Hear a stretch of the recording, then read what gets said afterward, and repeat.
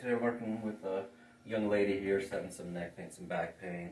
You can see she had a previous injury here, and so it's something we got to work on is keeping these areas moving down here, because a lot of times what happens is when there's a surgery here, what happens is that these will start to fuse. So we got to keep motion in these ones above and below that injury. And if we look in the low back, we do have some misalignments in the low back. You can see we got some curvatures here. So we're working on getting that improved, and the main thing is keeping these moving as well. So